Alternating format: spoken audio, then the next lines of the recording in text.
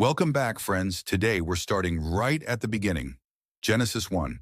This is one of the most powerful, poetic, and profound chapters in the Bible. But here's my question to you.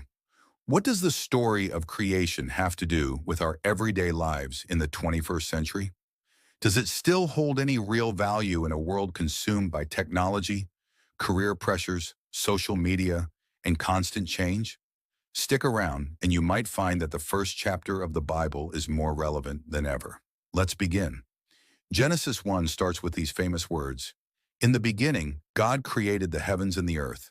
From there, the chapter unfolds as God speaks the universe into existence. He creates light, land, seas, animals, plants, and finally humanity. But what's remarkable is the pattern, the rhythm of creation. After each act, God says, "It is good." Now think about that for a moment. It is good. It's like a divine stamp of approval. What does that say about the world around us, the people we encounter, and even ourselves? Despite the chaos we see every day, at its core, creation is good. But are we living in a way that reflects that goodness? Do our choices, our morals, our interactions echo the harmony that God established in the beginning? Let's be real. Just scroll through your news feed and you'll find stories that seem to scream the opposite. Environmental destruction, corporate greed, racial injustices. It's easy to feel disconnected from the world God originally called good. But here's the challenge for us. How can we, as individuals, bring back that goodness in the spaces we occupy? Take, for instance, the issue of environmental care. We've seen the devastating effects of climate change, raging wildfires, floods, hurricanes. Just look at the news of the wildfires that ravaged Maui or the hurricanes in Florida.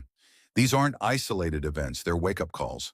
Genesis 1 gives us a clear indication of God's care for the earth. He created it with intentionality and beauty. So when we see this destruction, can we simply say, "It's not my problem"? Or should we take up the responsibility given to us in Genesis 1:28 to fill the earth and subdue it?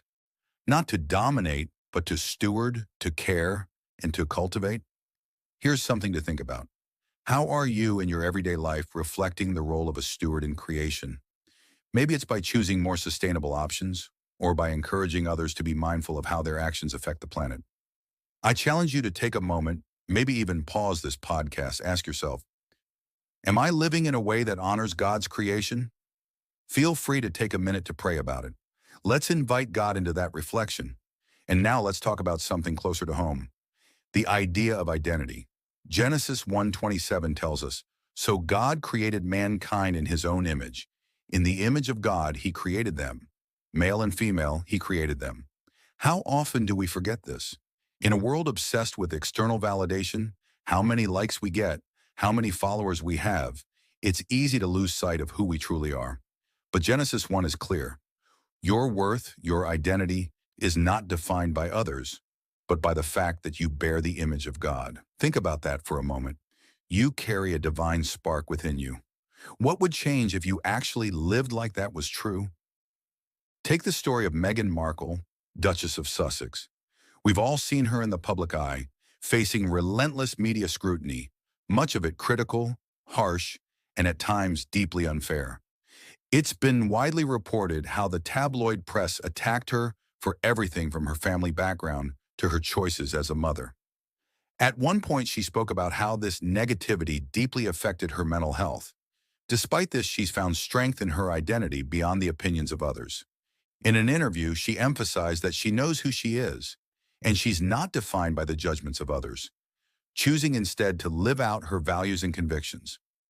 That's powerful.